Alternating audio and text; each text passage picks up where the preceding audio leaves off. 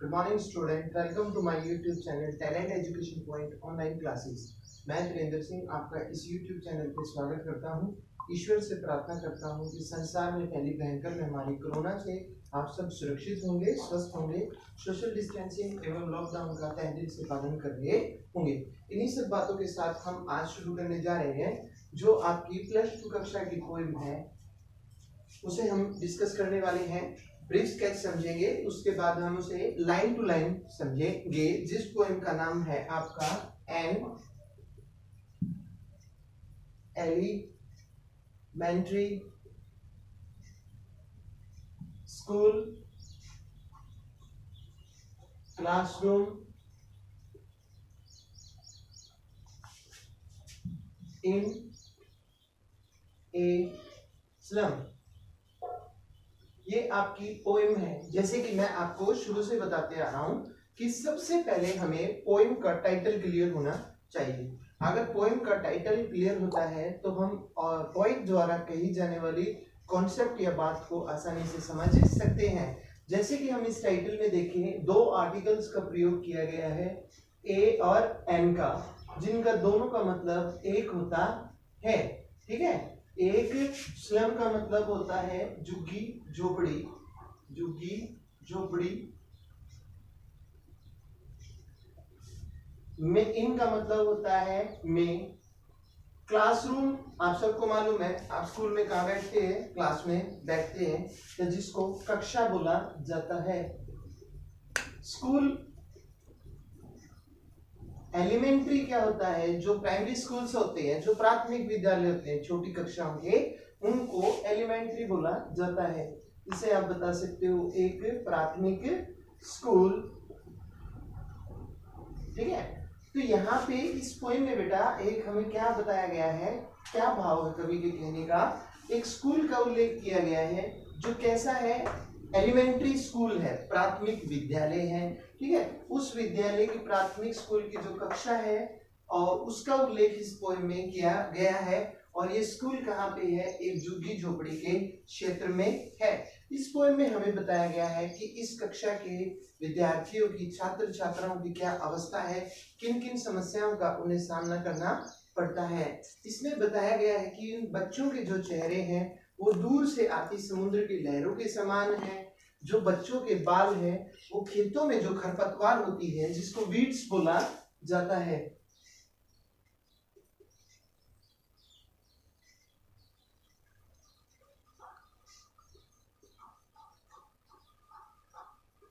आपने देखा होगा किसान जो खेत में का फसल काटता है, तो फसल के काटने के बाद जो अड़ंगा या और जो झाड़ी वगैरह बच जाती है, जिसको खरपतवार बोला जाता है, वैसे ही उन बच्चों के जो बाल हैं वो खड़े हुए हैं खरपतवार के समान, क्योंकि कंघी नहीं करते, तेल इत्यादि बालों में नहीं लगाते, समय पे वो नहा नहीं पाते, क्योंकि उन्हें मूलभूत आवश्यकताएं जीवन में उपलब्ध नहीं हो पाती है। इसके अलावा कवि जो है हमें बताता है, जो उन कक्षा में बच्चे जो बैठे हुए हैं उनका विवरण हमें देता है कि भाई एक लड़की है टॉल, जिसने अपने सिर को झुकाया हुआ है, जो गर्दन नीचे करके बैठी है। एक पतला लड़का है जो कि ड्रीम्स, सपनों में रहता है, और he want to play with squirrels, वो गिलहरी के साथ खेलना चाहता है ऑन द ट्री, पेड़ के ऊपर। इसके अलावा एक लड़का और है जो कि पीछे बैठा हुआ है और उसको गठिया की बीमारी है। गठिया मतलब जब जो आपकी हड्डियां होती हैं वो ब्लॉक्स हो जाती है, रुक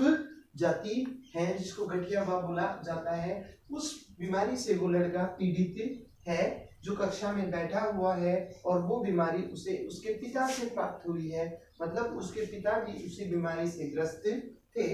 इसके अलावा जो कवि है वो कक्षा का भी उल्लेख करते हैं, जो क्लास इसमें बताई गई है कि वे जो क्लास है उसकी दीवारों का रंग उड़ा हुआ है, डिनोटर्स के नाम जो हैं वो उसके ऊपर लिखे हुए हैं दानकर्ताओं के। उस कक्षा में विलियम शेक्सपियर का चित्र है, संसार का मानचित्र है, लेकिन इन बच्चों के लिए उसका कोई अर्थ नहीं है, क्योंकि विलियम शेक्सपियर के चित्र बारे में वो कुछ जानते नहीं हैं, और संसार के मानचित्र में उनकी झुग्गी झोपड़ियों का उल्लेख नहीं किया गया है। इसके अलावा कवि जो है हमें ये बात भी बताते हैं कि जो हमारे रिस्पॉन्सिबल सिटीजन्स हैं, जो जिम्मेवार हैं, गवर्नर्स हैं, पॉलिटिशियंस हैं, लीडर्स हैं या जो हमारे एडमिनिस्ट्रेटिव ऑफिसर्स प्रशासनिक अधिकारी हैं, उनकी जिम्मेवारी बनती है कि वो इन बच्चों के पास विजिट करे, जाए, इन बच्चों की समस्याओं को दूर करे, इनके जीवन यापन के लिए जो आवश्यक वस्तु है, शिक्षा, कपड़े, भोजन इत्यादि वो उपलब्ध कराए ताकि इनकी दशा में सुधार हो सके। ये कॉन्सेप्ट है आपकी इस पोएम का, जिसका नाम है an elementary school in a slum. इसको हम पैरावाइज डिस्कस करते हैं। तो आपका पहला स्टेंजर देखिए, far far from the gusty waves the children faces, दूर दूर से आती क्या, समुद्र की तेज लहरें या तूफानी लहरें। गस्टी क्या होता है, तूफानी, गस्टी मतलब तूफानी। वेव का आपको मालूम है क्या मतलब होता है भाई, वेव का मतलब होता है लहर, ठीक है, तूफानी लहरें जो आती हैं। दी चिल्ड्रन फेसेस, इन बच्चों के चेहरे के समान, इन बच्चों के चेहरे जो हैं तूफान की दूर दूर से आती लहरों के समान हैं। Like rootless weeds hair torn round pillar, जो ये बच्चे हैं, इन बच्चों के जो चेहरे हैं, सॉरी सिर के जो बाल हैं वो किसके समान है, रूटलेस, रूटलेस मतलब जिसकी जड़ें निकल चुकी हो, ऐसी खरपतवार के समान है। और उनके बाल कैसे हैं, पेलर हैं या पीले हैं, पेलर, PALLOR, कैसे बेटा, पीले हैं। और बाल खड़े हुए हैं क्योंकि वो समय पे कभी नहाते नहीं है, बालों में तेल इत्यादि नहीं लगाते हैं, कंघी इत्यादि नहीं करते हैं। अब इसमें कौन कौन है कक्षा में देखिए। द टाल girl had raised head down, एक लंबी लड़की है जिसने अपने सिर को नीचे झुका के जो बैठी है। द पेपर सीमिंग बॉय, एक कागज के समान पतला लड़का है। विद रैट्स आईज, जिसकी चूहे जैसी आंखें हैं। The stunted unlucky heir, twisted bones reciting from father's grenade disease. इसके अलावा एक लड़का है जो कि, हाँ, ये जो लड़का है जिसकी चूहे जैसी आंखें हैं, ये एक अपने पिता की बीमारी से ग्रस्त है, जिसको गठियाबा या हड्डियों का रोग बोला जाता है, उस बीमारी से पीड़ित है। His lesson from his desk, वह अपने सबक को अपने स्थान से सीख रहा है। At back of the dim class, जहाँ पे कक्षा में धुंधली रोशनी है, यानी कि लाइट्स वगैरह की सुविधा उपलब्ध नहीं है। One unlord sweet young and young, इसके अलावा एक अन्य युवा और सुंदर लड़का है। His eyes lives in dream, जिसकी आंखों में क्या है, सपने हैं। Of squirrels game on a tree room and then other days, उस लड़के की आंखों में क्या सपने हैं कि वो पेड़ के ऊपर गिलहरियों के साथ खेलना चाहता है, ठीक है। अगला स्टैंजा देखिए, on screen walls, show screen walls donations William Shakespeare's heads. जो शोर स्क्रीन वॉल्स क्या होती हैं, ऐसी दीवारें जिनका रंग उतर गया हो, जैसे डिस्टेंबर वगैरह करते हैं, पापड़ी से उतरने लग जाती है, वैसी दीवारों का रंग उड़ा हुआ है। और उसके ऊपर नाम लिखे हैं किसके, डोनेशंस के या दान कर्ताओं के। विलियम शेक्सपियर्स हेड उन्हीं दीवार के ऊपर दिखाई देता है क्या, विलियम शेक्सपियर जो इंग्लिश साहित्य के प्रसिद्ध कवि एवं लेखक हैं, उनका चित्र। Cloudless dawn civilised dawn riding all cities, और उनके उस चित्र में सभ्यता प्रदर्शित होती है कि कितने सभ्य वो हैं। बेली फ्लावरी ट्रस्ट वैली, और यह एक ऐसे सुंदर घाटी का प्रतीक है जहां पे विभिन्न प्रकार के फूल खिले हुए हैं। इसके अलावा क्या है कक्षा में, open handed map according to the worlds it worlds, एक खुला मानचित्र है संसार का जिसमें संसार प्रदर्शित होता है। लेकिन इन बच्चों का जो संसार है वो उस संसार से अलग है, क्योंकि उनके क्षेत्र को उस मानचित्र में नहीं दर्शाया गया है। इसके अलावा and yet for these children these windows not this map their world where futures painted with fog, ये जो संसार मानचित्र में दिखाया गया है ये उन बच्चों का संसार नहीं है, क्योंकि उन बच्चों का जो भविष्य है वो धुंध में आकृत हुआ है या धुंध से भरा हुआ है, क्योंकि उन्हें मूलभूत सुविधाएं नहीं मिल पाती है। इसके अलावा where their all future painted with fog, जहाँ पे उनका पूरा भविष्य धुंध से भरा हुआ है। A narrow street sealed with lit sky, उस धुंध के रास्ते में से एक भीड़ी गली है जो सुनहरे भविष्य तक पहुंचती है। और वो कब पहुंचेगी? जब इन बच्चों को मूलभूत सुविधाएं या शिक्षा के अवसर मिल पड़ेंगे। Surely William Shakespeare is a mad, wicked man. The map is a bad example. William Shakespeare इनके लिए बुरा है, उन बच्चों के लिए जो इस कक्षा में पढ़ते हैं, क्योंकि वो विलियम शेक्सपियर के बारे में कुछ जानते नहीं हैं और संसार का मानचित्र अच्छा नहीं है उनके लिए, क्योंकि वो क्षेत्र जिसमें वो रह रहे हैं उस क्षेत्र का उल्लेख उस मानचित्र में नहीं किया गया है। Which ship suns loving still them still, और वो संसार उनके लिए ऐसा है जैसे समुद्र में जहाज इत्यादि चलते हैं।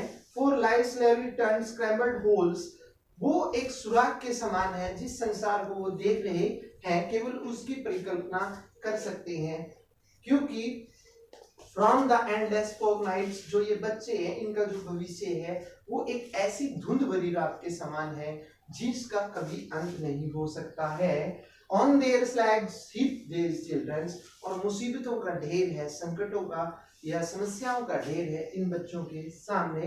Wear skin peep through the bone spectacles tales, जो बच्चे हैं इनके शरीर में से हड्डियां जो हैं वो दिखाई देती हैं, क्योंकि भोजन इत्यादि इन्हें पर्याप्त मात्रा में नहीं मिल पाता है, मांस इत्यादि इनके शरीर में विकसित नहीं हो पाता है। और ये किसके समान है? एक ग्लास या कांच के समान है, जो कि एक बॉटल कांच की बॉटल में जैसे कुछ पत्थर इत्यादि डाल दिए जाएं वो स्पष्ट रूप में दिखाई देते हैं, वैसे इनके शरीर में से हड्डियां दिखाई देती हैं। All of their time space foggy slum, उनका जो भी समय है वो धुंध से भरा हुआ है, जो भी वक्त है धुंध से भरा हुआ है। So blot their maps with slums as big as a doom, इसके कारण क्या है? जो दाग उन पे लगा हुआ है उनका भविष्य जो है वो पूरा विनाश से भरा हुआ है, उसमें किसी प्रकार की आशा नहीं है, बल्कि ये बच्चे क्या है? पूर्ण रूप से निराश हैं। लास्ट स्टेंजा देखिए, अनलेस गवर्नर इंस्पेक्टर विजिटर्स, जब तक इसमें सुधार नहीं करेंगे इन बच्चों की दशा में, कौन? हमारे जो गवर्नर हैं, राज्यपाल हैं, इंस्पेक्टर हैं, जांच करता है, विजिटर हैं, इस क्षेत्र में या स्लम में जो आने वाले लोग हैं। This map becomes their windows, this windows, ये जो संसार का मानचित्र है उन बच्चों के लिए क्या है? एक खिड़की है, उन खिड़कियों के समान, that shut upon with catacombs, जिन्हें बंद कर दिया है किसके तौर पे? कैटाकॉम के तौर पे। कैटाकॉम आप सबको मालूम होगा क्या होता है, जिसको कब्र बोला जाता है। इसका सिनोनियम आपका हो सकता है ग्रेव। क्या हो सकता है? ग्रेव, जिसका मीनिंग क्या होता है? कब्र होता है। तो ये जो बच्चे हैं एक ऐसी खिड़की, ऐसी स्थिति में उलझ गए हैं जैसे किसी व्यक्ति को कब्र में बंद कर दिया जाता है। ब्रेक ओ ब्रेक, कवि कहता है कि तोड़िए तोड़िए किसको? इन शहरों से निकल, शहरों तक ये बच्चे पहुंच सके, और जो दीवार है इन बच्चों के असुविधा की, उस दीवार को हम तोड़ें और इन बच्चों को दिखाएं क्या? जो सुनहरे खेत हैं ज्ञान के, एंड मेक देयर वर्ल्ड, जिसमें ये अपने संसार का निर्माण कर सके और सुनहरी ज्ञान रूपी रेत पे वो दौड़ सकें, ज्ञान प्राप्त कर सके। लेट देयर टंग्स, और उनकी जीभ जो है वो दौड़े, अर्थात वो पढ़े किसको? किताबों को। White and green leaves open, जिसके कारण विकास का संसार जो है इनकी तरफ विकसित, विकास के संसार में ये प्रवेश कर सके, जिसके इतिहास क्या है?